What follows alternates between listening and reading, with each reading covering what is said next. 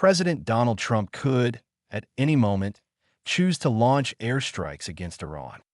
The United States Navy has already positioned itself for that possibility. A powerful carrier strike group, led by the USS Abraham Lincoln, has arrived in the northern Arabian Sea.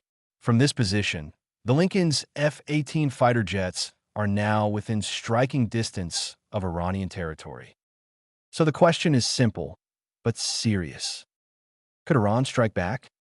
Could Iran even sink the USS Abraham Lincoln? In theory, the answer is yes. Iran's air force is relatively weak. In fact, it likely operates fewer combat-ready aircraft than the roughly 60 fighter jets carried by the Lincoln alone. But what Iran lacks in air power, it makes up for in missile power. And that changes everything. Iran is one of the few countries in the world that has successfully developed and deployed hypersonic ballistic missiles. These weapons travel at more than 5 times the speed of sound, faster than Mach 5, making them extremely difficult to intercept. Over the years, Iran has refined these missiles and adapted some of them into anti-ship ballistic weapons, specifically designed to target large naval vessels. We've already seen versions of these missiles in action.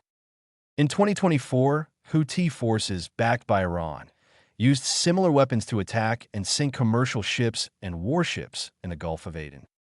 So yes, in theory, Iran has the tools to threaten the USS Abraham Lincoln.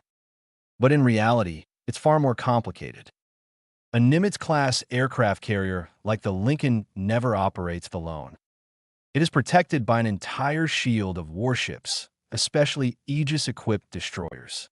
These vessels are built for one main purpose: defending against missile attacks. The Aegis system uses powerful radar to detect, track, and follow incoming missiles from the moment they are launched. Once a threat is detected, multiple layers of defense kick in. First, electronic warfare systems attempt to jam and confuse enemy guidance systems. Then come the interceptor missiles. Each destroyer in the carrier group carries around 90 air defense missiles, including some of the most advanced weapons in the world. Among them is the RIM 174 SM-6, also known as the Standard Missile-6, which has a range of nearly 400 kilometers. These missiles can intercept aircraft, cruise missiles, and even ballistic missiles. In effect, the carrier group becomes a floating, mobile missile shield. Anything that comes too close is likely to be shot down. So how would Iran actually try to attack the Lincoln? First, the carrier would almost certainly avoid the Persian Gulf and even the Gulf of Oman. Operating in those narrow waters would make it far too vulnerable to Iranian missile fire. Instead, the Lincoln would most likely remain in the northern Arabian Sea, off the coast of Oman. But Iran would still have options. One likely strategy would be saturation attacks. Iran could launch hundreds of Shahid long-range drones, along with waves of ballistic missiles, all at once. The goal would be simple: overwhelm the defenses. Force American warships to use up their interceptor missiles. Create gaps in the shield, and then strike. Iran also possesses intermediate-range hypersonic missiles, such as the Fata-2. These weapons use hypersonic glide vehicles that travel at more than 10 times the speed of sound. They look terrifying. But once again, reality gets in the way. Nimitz-class carriers like the Lincoln are not slow, helpless targets.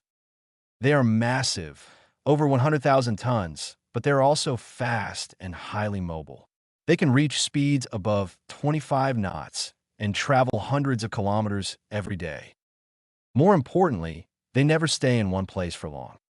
If a threat is detected, the entire carrier group will constantly change course, speed, and direction. They avoid predictable patterns. For Iran to successfully strike such a target, it would need something very specific: a fast and reliable kill chain.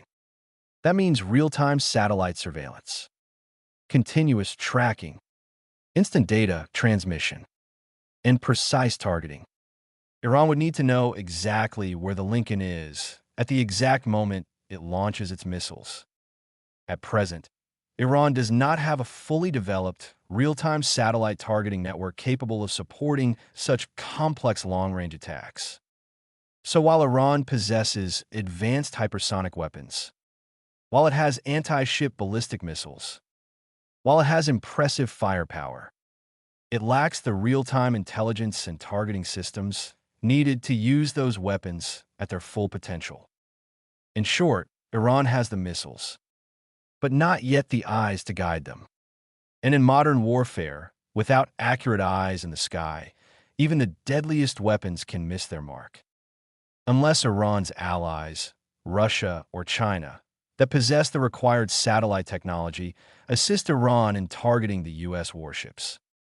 In that case, it is certain that the impressive USS Abraham Lincoln aircraft carrier will end up at the bottom of the ocean.